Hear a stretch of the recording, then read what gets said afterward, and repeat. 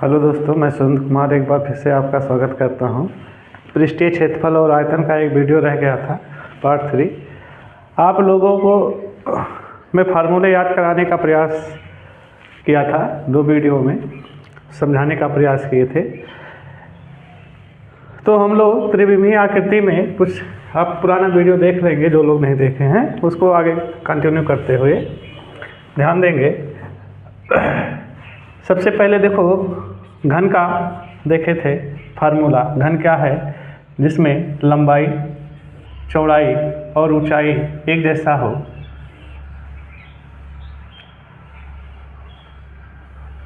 ये घन है आपका। तो देखे थे घन का आयतन, लंबाई जिसमें ये है, चौड़ाई और ऊंचाई तीनों समान पाया जाए तो घन कहलाता है। ध्यान देंगे, घन का आयतन क्या बताए थे? भुजा क्यूब। घन का पृष्ठीय क्षेत्रफल क्या होता है? 6 गुणे भुजा स्क्वायर। घन का विकर्ण √3 गुणे भुजा।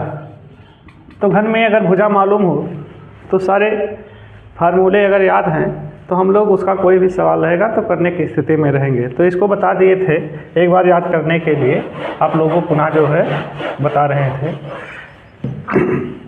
घन हो गया घनाभ। घनाभ में बताए थे कि जिसमें लंबाई, चौड़ाई, ऊंचाई अलग अलग हो।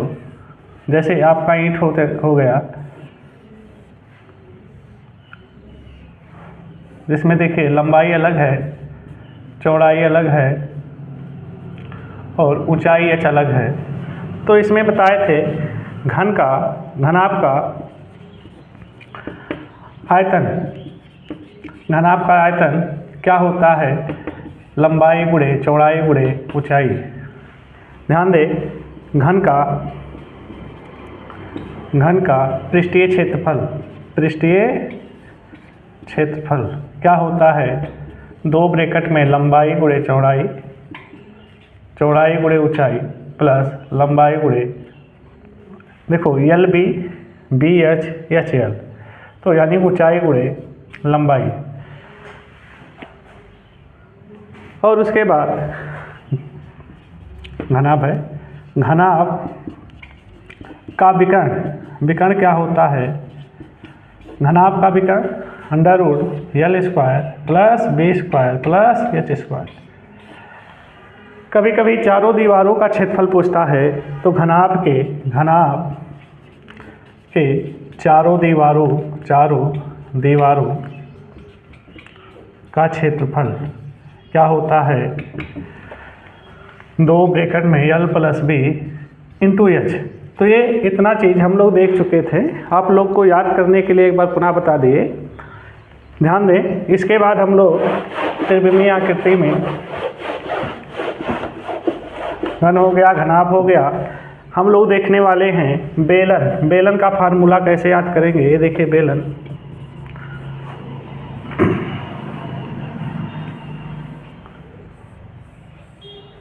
देखिए ये ऊंचाई होता है बेलन में, ये त्रिज्या है, और इसके पहले हम लोग देख लेते हैं वृत्त को। ये वृत्त है जिसका केंद्र O है, त्रिज्या R है। तो ध्यान देंगे, वृत्त का क्षेत्रफल कहे थे याद करने को, क्या होता है? πr²। वृत्त का परिधि क्या होता है? 2πr। और वृत्त का व्यास d क्या होता है? 2r। त्रिज्या का दुगना होता है तो r क्या हो जाएगा? व्यास का आधा। ध्यान देंगे, ये सब बता दिए थे, आपको एक बार रिकॉल कर रहे हैं, रिकॉल करा दे रहे हैं कि ये परिधि है और ये व्यास होता है। इस पे एक वीडियो बना देंगे, लेकिन जान जाइए, इससे ज़्यादा इसमें कुछ याद करने की जरूरत भी नहीं है। बेलन, तो बेलन देखिए क्या है? त्रिविमीय आकृति है जो दोनों से वृत्ताकार होते हैं। तो बेलन का आयतन, देखिए आयतन क्या होता है? आधार का क्षेत्रफल, आधार कैसा है, वृत्ताकार है, तो वृत्त का क्षेत्रफल क्या होता है, पाई आर स्क्वायर। अब देखिए क्षेत्रफल में यदि ऊंचाई का गुणा कर दें तो क्या आ जाता है, आयतन। तो आपके को क्या करना है, वृत्त का क्षेत्रफल पाई आर स्क्वायर में ऊंचाई का गुणा कर दिए, बेलन का आयतन आ गया। अब देखिए बेलन का पृष्ठीय क्षेत्रफल, पृष्ठीय क्षेत्रफल, तो पृष्ठीय क्षेत्रफल क्या है, जैसे देखिए अगर बेलन के, चलिए आप लोग देखते हैं ये त्रिविमीय आकृति है, अगर ये ढोल है तो ढोल का ये बजाने वाला सिरा अगर निकाल देते हैं तो इसी को पृष्ठीय क्षेत्रफल बोलते हैं, पृष्ठीय क्षेत्रफल। देखिए नीचे आप लोग देखते हैं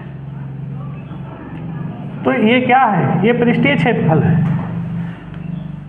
और बजाने वाला सिरा अगर लगा दिए तो ये क्या हो गया, संपूर्ण पृष्ठीय क्षेत्रफल हो गया। तो बताइए बेलन का पृष्ठीय क्षेत्रफल क्या होता है। देखिए वृत्त का परिध क्या होता है, 2 पाई आर, परिमाप में ऊंचाई का गुणा कर दें तो बेलन का पृष्ठीय क्षेत्रफल आ जाता है। इसलिए मैंने कहा कि वृत्त का क्षेत्रफल याद कर ले, वृत्त का परिध याद कर ले तो हम इसको रिलेट कर लेंगे। अब ध्यान दीजिए बेलन का संपूर्ण पृष्ठीय क्षेत्रफल, टोटल सरफेस एरिया, तो 2 पाई आर एच रहेगा, लेकिन बजाने वाला सिरा, ढोल के बजाने वाले सिरे देखिए आप वृत्ताकार होते हैं, तो दोनों वृत्त का क्षेत्रफल पाई आर स्क्वायर, लेकिन दो वृत्त हैं, दोनों को जोड़ दिए। आप लोग देखते हैं ढोल देखे होंगे, तो दोनों सिरे चिपका दिए जाएं तो क्या हो जाता है, संपूर्ण पृष्ठीय क्षेत्रफल। अब देखिए 2 पाई आर दोनों में कॉमन है, एच प्लस आर, तो बताइए बेलन का संपूर्ण पृष्ठीय क्षेत्रफल क्या होता है, 2 पाई आर ब्रैकेट में एच प्लस का। तो सब लोग को समझ में आ गया होगा, एक बार स्क्रीनशॉट ले लेंगे तो इस चीज़ को ध्यान रखेंगे, लगभग अब याद हो गया होगा। अब ध्यान दें बेलन हो गया, और इसको थोड़ा सा मिटा रहे हैं, आप लोग याद कर लीजिएगा। इसके बाद आता है शंख। शंख को देखिए, जो जोकर का टोपी आप लोग देखते हैं, इसको लंबवृत्तीय शंख बोला जाता है क्योंकि ये लंबवत होता है। ये 90 डिग्री को, ये त्रिज्या है, ये क्या है, तिर्यक ऊंचाई है, इसको तिर्यक ऊंचाई बोलते हैं। अगर ध्यान दें तो ये समकोण त्रिभुज हो गया। समकोण त्रिभुज में क्या होता है, कर्ण का वर्ग अन्य दो भुजाओं के वर्गों के योग के बराबर होता है, सबको मालूम है, रिलेशन होता है। ध्यान देंगे शंख, तो शंख में सेम चीज़। अब देखिए बेलन आप सभी लोगों ने देखा होगा, बेलन ये क्या है, बेलन है। अब बेलन, अब यहाँ पर मैं क्या किया, ऐसे काट लिया इसको, तो आप सबको मालूम हो गया है ये कितना शंकु दिखाई दे रहा है, 3 शंकु बन गया। तो बताओ बेलन का आयतन आप लोग को याद था, शंकु का आयतन क्या हो जाएगा, तो बेलन के शंकु का आयतन 1/3 होता है 1/3 पाई आर स्क्वायर एच, क्योंकि देखिए बेलन को काटोगे तो 3 शंकु मिलेंगे, तो बेलन का आयतन का 1/3 होता है शंकु का आयतन। तो लगभग समझ गए होंगे आप लोग। तो बेलन का आयतन हो, शंकु का आयतन हो गया। अब शंकु का वक्र पृष्ठ, वक्र पृष्ठीय क्षेत्रफल, तो वक्र पृष्ठीय क्षेत्रफल क्या होता है, शंकु का वक्र पृष्ठीय क्षेत्रफल। तो ध्यान दो, ये आधार को नहीं जोड़ा जाए तो ये वक्र पृष्ठीय क्षेत्रफल है, क्या है, वक्र पृष्ठीय क्षेत्रफल। अब बताओ ऊपर से अगर उसको ढक दोगे तो ये संपूर्ण पृष्ठीय क्षेत्रफल हो गया। तो आप लोग को समझ में आ गया होगा मैं कहना क्या चाह रहा हूँ, कि अगर हम लोग इसके ऊपरी सिरे पे इससे ढक दें तो इसको संपूर्ण पृष्ठीय क्षेत्रफल बोला जाता है, और इसका ऊपरी सिरा है कैसा, वृत्ताकार है। तो ध्यान दो शंकु का वक्र पृष्ठीय क्षेत्रफल पाई आर एल होता है, तो एल का संबंध इसको आप लोग याद रखे रहें। पाई बताए थे पिछले वीडियो में। ध्यान दें शंकु का संपूर्ण पृष्ठीय क्षेत्रफल, संपूर्ण पृष्ठीय क्षेत्रफल क्या होता है, पाई आर एल तो रहेगा, लेकिन अब आधार का क्षेत्रफल जुड़ेगा, आधार का क्षेत्रफल पाई आर स्क्वायर होता है। देखो इसमें एक ही जो है वृत्त है, तो एक ही वृत्त का क्षेत्रफल जुड़ेगा। तो ध्यान देंगे पाई आर कॉमन हो गया एल प्लस आर। तो सबको मालूम हो गया होगा कि शंकु का वक्र पृष्ठीय क्षेत्रफल क्या होता है और संपूर्ण पृष्ठीय क्या होता है। तो ध्यान दें,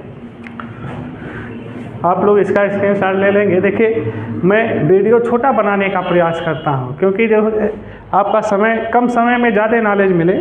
बाकी का जो है आप लोग समझ ही रहे होंगे, तो इसको जो है हम मिटा दे रहे हैं।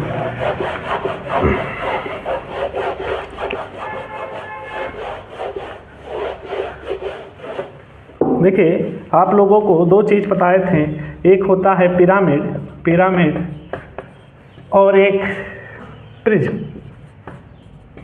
ध्यान देंगे पिरामिड क्या है, कोई भी है, ध्यान दीजिए।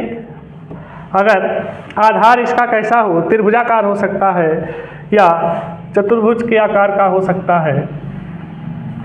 तो क्या है, इसके जो शीर्ष होते हैं एक ही बिंदु से जुड़े होते हैं, ये आपका क्या हो गया। और सभी इसके जो फलक होते हैं, जो दीवारें होते हैं, वो त्रिभुजाकार आकार के होते हैं।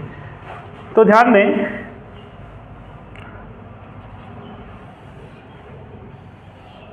ये क्या हो गया, एक इसका एग्जाम्पल है, पिरामिड का एग्जाम्पल है। ये तो पिरामिड हो गया, इसके जो दीवारें हैं वो त्रिभुज के आकार के होते हैं, ये पिछले वीडियो में बताए थे। और प्रिज्म क्या है, प्रिज्म में आधार, इसमें आप लोग ध्यान दें, इन दोनों में अंतर क्या होता है, इसमें छत नहीं पाया जाता, इसमें देखो छत पाया जाएगा। जैसा आधार रहेगा वैसे इसका देखो छत भी पाया जाएगा। तो ध्यान दो, इसके फलक, किनारे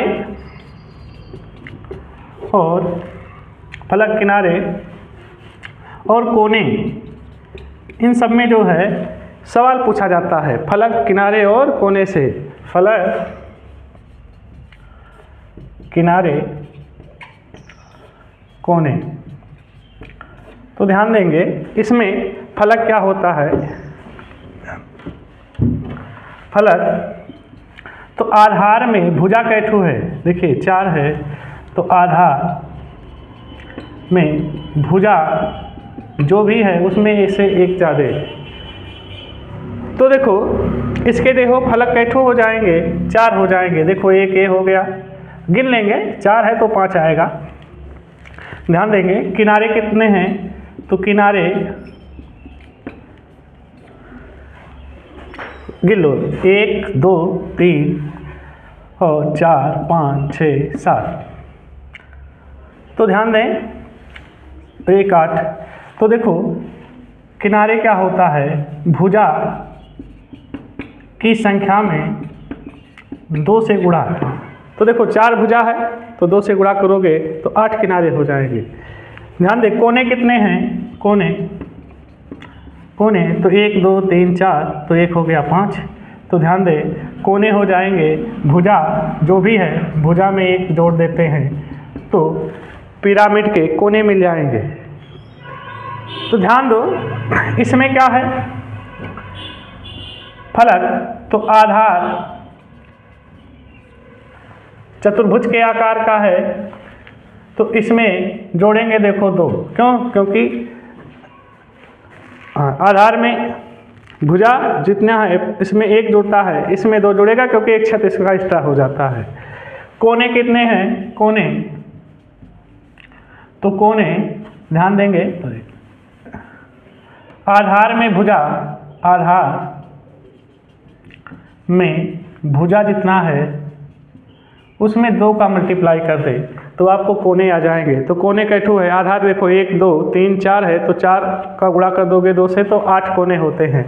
किनारे क्या होंगे, देखो भुजा में आधार की जो भुजा है, आधार की भुजा में 3 का गुणा कर दें तो प्रिज्म का किनारा हो जाता है। तो देखो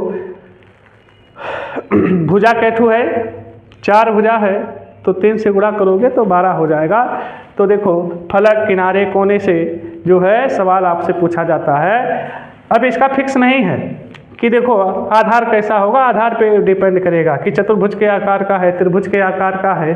तो ध्यान दो एक बार पिरामिड में क्या होता है, फलक आधार में भुजाओं की संख्या से एक ज़्यादा होता है, किनारे भुजा की संख्या का दुगना होता है और कोने भुजा की संख्या में से एक ज़्यादा होता है। ऐसे प्रिज्म में ध्यान दें, फलक आधार की भुजा जो भी होगा उससे दो ज़्यादा, किनारे भुजा में 3 का गुणा और कोने में आधार की भुजा में 2 से गुणा। देखिए मैं वीडियो छोटा बनाने का प्रयास करता हूं क्योंकि लंबा वीडियो हो जाएगा तो ठीक नहीं है और कम समय में ज़्यादा चीज़ आप सीख सके, यही मेरा उद्देश्य है। धन्यवाद। और आप लोग को अगर मेरा हाथ अच्छा लगे तो चैनल को ज़रूर सब्सक्राइब करें।